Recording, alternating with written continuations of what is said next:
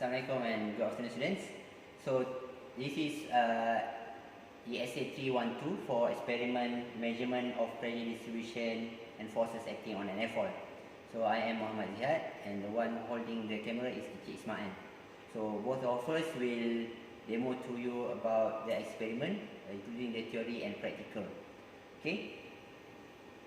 So this is our setup. The whole setup, we have this manometer and wind tunnel, but before that we should look into the theoretical parts. What will we do here is, if you look into the manuals, as in my computer over here, okay, this is the front page of the manuals. So if you guys look at this image, it shows this is an airfoil and this lines is connected to a manometer over here. Alright, so each of these lines is connected to holes that is positioned around the airfoil. Okay, so these holes are located at the bottom surface and the top surface. Okay, so what will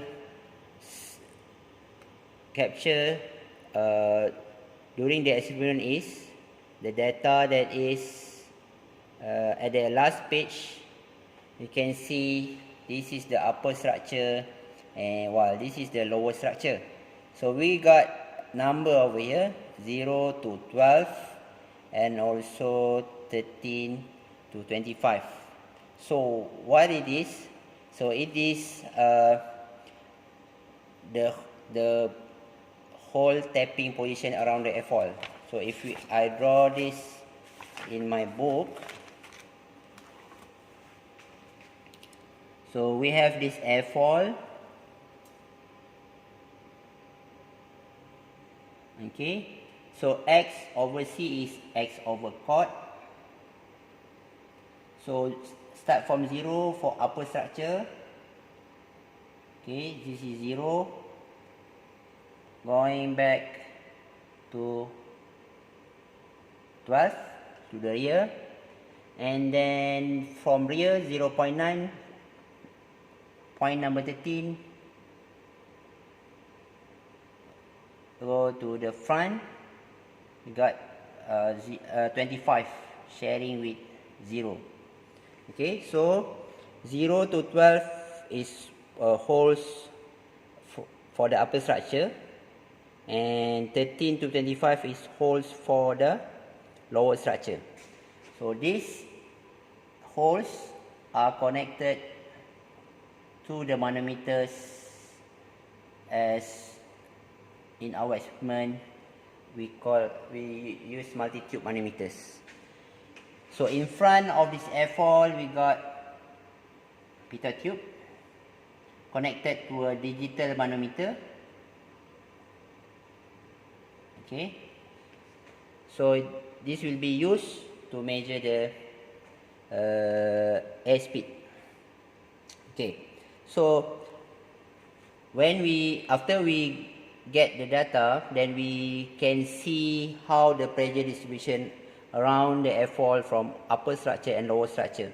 So at this point, what we can do, or what we can use is this data to predict how or what is the lift or forces around the airfoil in different angles, different angle of attacks. Okay, what I mean is different angle of attacks. So in our manual, we need to have 4 angle of attacks that I will explain later. Okay, so we'll start with the introductions. Student will be given an airfoil model that is mounted in a wind tunnel test sections. By using a series of multi-tube manometer, the student should be able to measure, record and analyze the pressure distribution around the airfoil. The model properties should be analyzed and compared at various angle of attack. As I've mentioned before, this the angle of attack will have few different angle of attack, so that we can see the difference of the pressure distributions.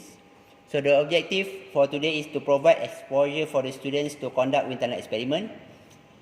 Secondly, to measure pressure distribution around an airfoil surface by using multi-tube manometer at various angle of attacks.